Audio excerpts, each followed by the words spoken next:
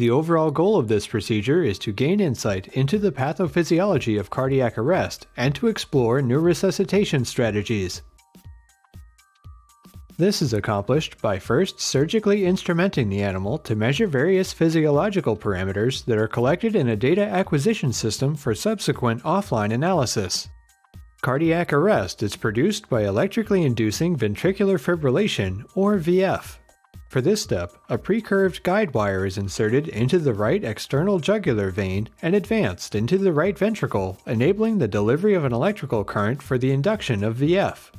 After 8 minutes of untreated VF, chest compression is initiated by using a piston device, gradually increasing the compression depth while moving the animal into a piston position that yields the highest aortic diastolic pressure.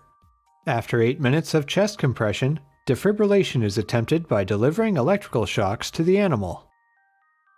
Animals that are successfully resuscitated are monitored to assess the effects of resuscitation interventions on post-resuscitation hemodynamic and metabolic function, and on survival.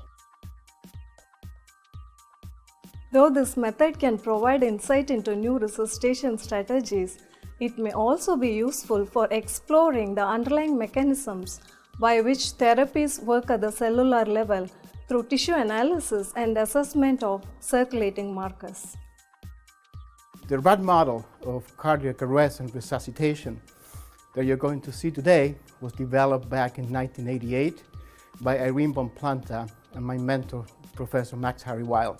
The model has been used extensively throughout the world, and we believe that the visual representation of the model is going to be helpful for science.